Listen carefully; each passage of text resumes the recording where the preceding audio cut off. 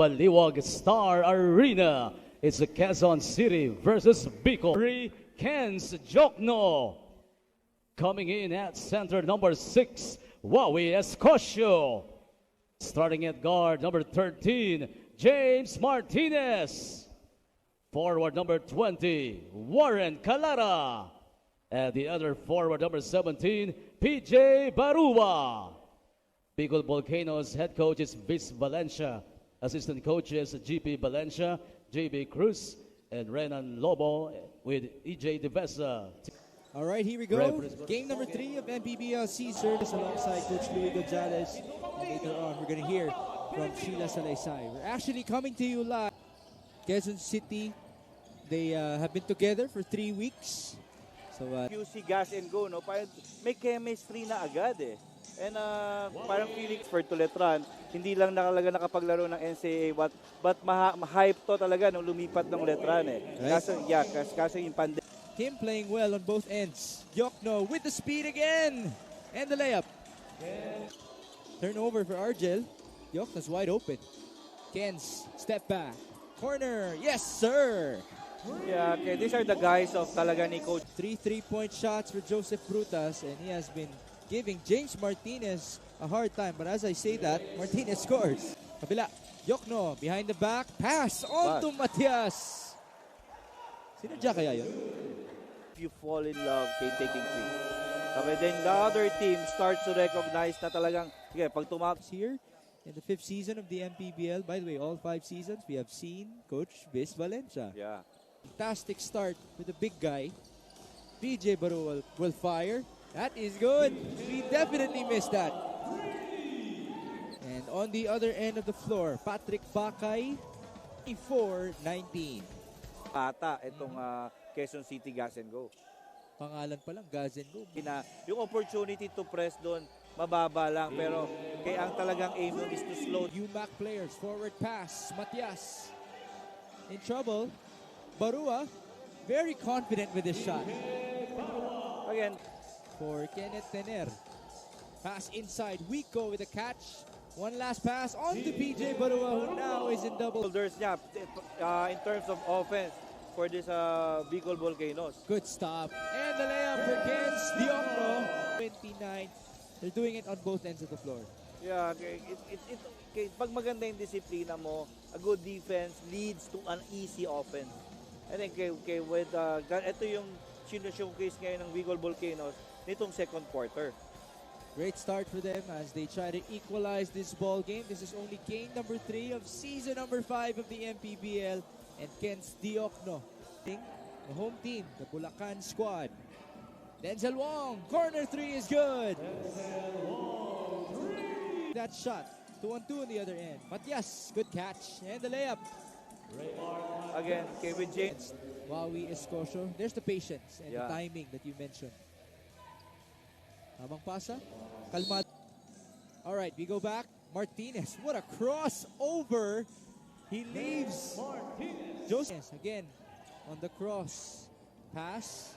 Denzel Wong already made a 3. That's his second 3-point bomb in this game. Again, nag-settle down sila. Of 2 quarters. First quarter belonging to QC, then the second quarter Gas and Go team dun sa second quarter.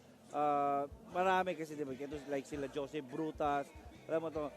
We have Doroteo, who scored 10 points in the opening quarter, but he did not score a single point in the second quarter. Yeah, if you look at the half. Yeah, but we did mention familiar na siya dito sa grupong to eh. Being in the MPBL since he started. Diokno, sidestep, no good. Rebound inside, that's an easy 2 for Warren Calara. The opening, he'll take it strong to the basket. So talagang ititrail na nila yan. This was the 3-pointer by PJ Barua. That's his 3rd 3-pointer of the ball game. Then the offensive rebound for Calara. You mentioned the offensive rebounding was working for the 41-38. 41-48. Escosio scoring inside. Pag may bagong player na pumapasok. Let's see if they can recover here because Bicol. Brutas losing the handle. Takbo sa kabila. It's one guy. And it's James Martinez with his easiest 2 points. Martinez on the drive. Hook shot. No good. Barua. Oh, looking very fit. How about that? To 49 at this point. PJ Barua with 19 points on his MPBL return. Again, the story, he had to stay home to take care of his 5-year-old child, Cairo Barua. Shout out to Cairo, by the way. Your daddy loves you so much.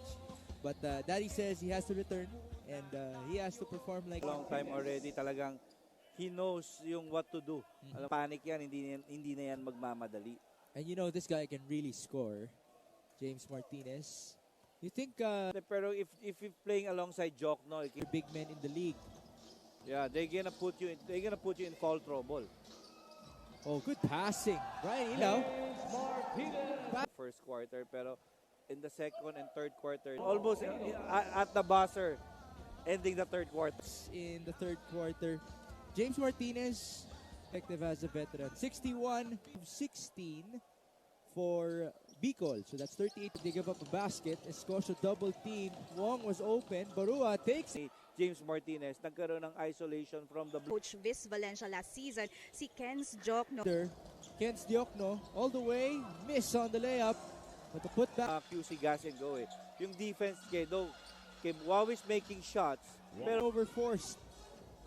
Foot race won by James Martinez. Layup finished gracefully, di ba? Sobrang confidence na eh. Ayan na si James Martinez. Brian Ilad, Proteo, who has been dominant today, but a turnover. Numbers for Bicol. They try to spice it up. PJ Barua with the layup. Almost all of them have come from the outside. Matias with the spin and the bounce. To this MPBL return. 84-79. Matias. That's what game eh. Halos walang fouls pero maraming possessions. Ooh. So mukhang lumalabas na ngayon yung mga go-to players ng QC, no? So it's Doroteo. Pero yeah, but still, Doroteo is still there. Bruta is still there. At collective effort nangyari dito sa QC Gas and Go eh. Costly turnover. Pass inside. Doroteo could not put it away, and a chance for Bicol. Jokno for the tie. No good. And it's just so happened na itong crucial second free throw. There. Line inbound. 5 seconds to go. BJ will take this. No foul. No basket. There you go. 5-81. Our final score. A lot of runs. A lot of 3-point attempts.